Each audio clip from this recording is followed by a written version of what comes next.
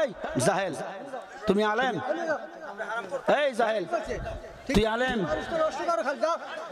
তুমি সৌদি মক্কার সাথে, উনি বাংলাদেশের ইসলাম মিলাচ্ছে। আমার সাথে বসো। তোমার কোন বাপকে নিয়ে আসবে? এসে বসো। জাহেল মূর্খ, কত পাপিষ্ট জাহেল লেখছেন না। আমি তওবা করব। যারা বলে নামাজের পরে দোয়া করা জায়েজ নাই, গাছের সাথে বেঁধে রাখবেন, গাছের সাথে বেঁধে রাখবেন। দলিল আমি দেব, কত হাজার দলিল। আলহামদুলিল্লাহ ওয়াসসালাতু ওয়াসসালামু আলা মান লা নাবিয়্যা বা'দা, আম্মা বা'দ। আমি আপনাদেরকে একটি ভিডিও ক্লিপ শোনালাম।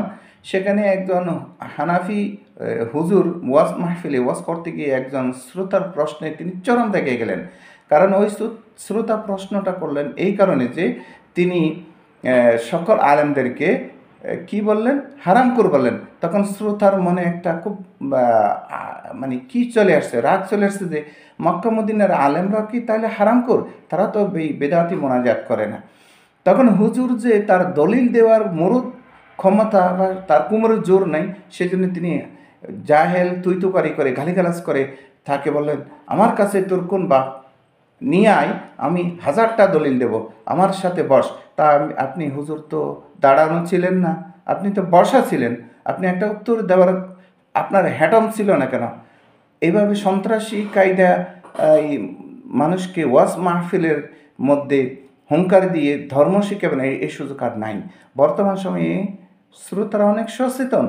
বেলোয়া সুন্দরীকে ইচ্ছা বলে, রং তামাশা করে, গল্প কাহিনী বলে, ওয়াজ মাহফিলে শ্রোতাদেরকে কি করবেন? বোকা বানাবেন আর আপনাদের ফকট বাড়ি করবেন, এই সুযোগ বর্তমান সময়ে নেই। আজকে আমরা জানার চেষ্টা করবো এই হুজুরের বেদাতি আমলটা আসলে কতটুকু কোরআন সুন্নাহ সম্মত, এটা কি আসলে কোরআন হাদিসে আছে কি না। ফরজ সালাতের পরে সম্মিলিত কোনো মোনাজাত যেটা আমাদের সমাজে করা হয়, যেটা না করলে ইমামের চাকরি থাকে না, এটা ফরজ ইবাদত চাইতে তাদের গুরুত্ব বেশি হয়ে গেছে। যেমন আমরা অনেক হাদিস থেকে জানতে পারি আল্লাহ রসুল সাল্লাল্লাহু আলাইহি ওয়াসাল্লামের আমল কী ছিল। রসুল সাল্লাল্লাহু আলাইহি ওয়াসাল্লামের আমল ছিল, হাদিসে আসছে, ইদা ইনসারাফা মিন সালাতি ইস্তাগফারা সালাসান। রসুল সাল্লাল্লাহু আলাইহি ওয়াসাল্লাম যখন সালাত শেষ করতেন তখন তিনি 3 বার ইস্তেগফার করতেন, আস্তাগফিরুল্লাহ আস্তাগফিরুল্লাহ আস্তাগফিরুল্লাহ। এইভাবে অন্য হাদিসে আসছে আল্লাহ রসুল সাল্লাল্লাহু আলাইহি ওয়াসাল্লামের এক আমল ছিল বা তিনি উম্মতকে করার জন্য উৎসাহিত করেছেন, মান সাব্বাহাল্লাহ ফি কুল্লি দুবুরি সালাতিন। যদি কোনো ব্যক্তি প্রত্যেক সালাতের শেষে সুবহানাল্লাহ 33 বার, আলহামদুলিল্লাহ 33 বার, আল্লাহু আকবার 33 বার, এরপরে লা ইলাহা ইল্লাল্লাহু ওয়াহদাহু লা শারীকা লাহু লাহুল মুলকু ওয়া লাহুল হামদু ওয়া হুয়া আলা কুল্লি শাইইন কাদির, এটা বলে 100 বার পূর্ণ করবে।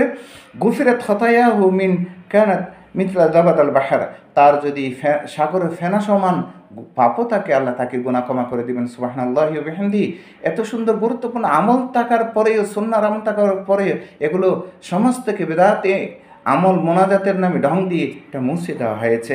আরেকটা হাদিসে আসছে, রাসূল সাল্লাল্লাহু আলাইহি ওয়াসাল্লাম বলেছেন, মান ক্বারা আয়াতুল কুরসি, যে ব্যক্তি ফরজ সালাতের শেষে, প্রত্যেক সালাতের শেষে বলা যায় দুবুরে কুল্লি সালাতিন, প্রত্যেক সালাতের শেষে সে পড়বে, লাম ইয়ামনাহু মিন দুখুলিল জান্নাহ ইল্লাল মাউত, জান্নাতে যাওয়ার জন্য শুধু মৃত্যু ব্যতীত তাকে আর কিছু বাধা প্রদান করতে পারেনি।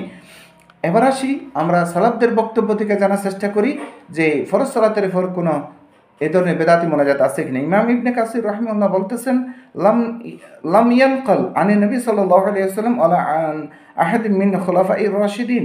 নবী সাল্লাল্লাহু আলাইহি ওয়াসাল্লাম এবং তার খুলাফায়ে রাশিদিন, চার খলিফা থেকে কোনো ধরনের প্রমাণ নেই যে আন্নাহুম কানু ইয়াদউনা জামাআতান বা'দা সালাতুল মাকতুবা, ফরজ সালাতের পর সম্মিলিত মোনাজাত দিয়ে সালাত শেষ করেছেন।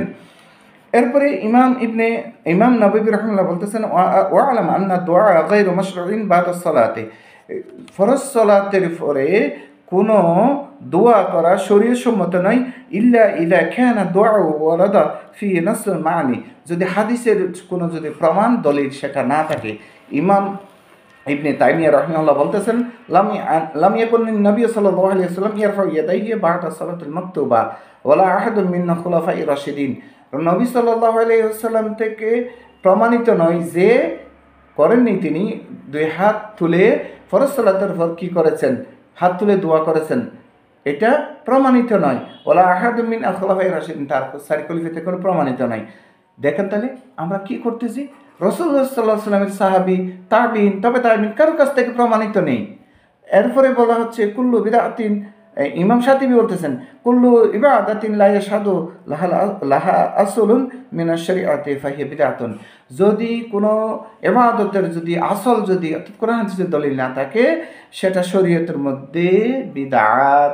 তাহলে হুজুর আপনি হুঙ্কার দিলেন, এটার একটা দলিল দিতে পারলেন না। আপনার হুঙ্কার আর মাস্তানি দিয়ে তো শরীয়ত চলে না।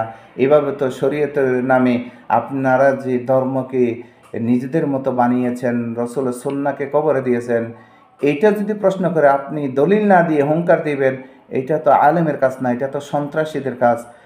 ধর্মের নামে, ওয়াজের নামে এগুলো করে মানুষকে এইভাবে বিভ্রান্ত আর কত বছর করবেন। আসুন কোরআন সুন্নাহ দিকে ফিরে এসে রসুলের সুন্নাহর অনুসরণ করে জান্নাতের পথকে সহজ করুন। আমিন। ও সাল্লাল্লাহু তাআলা আলা নবিনা মুহাম্মদ ওয়া আলিহি ওয়া সাহবিহি আজমাইন। মা আসসালাম।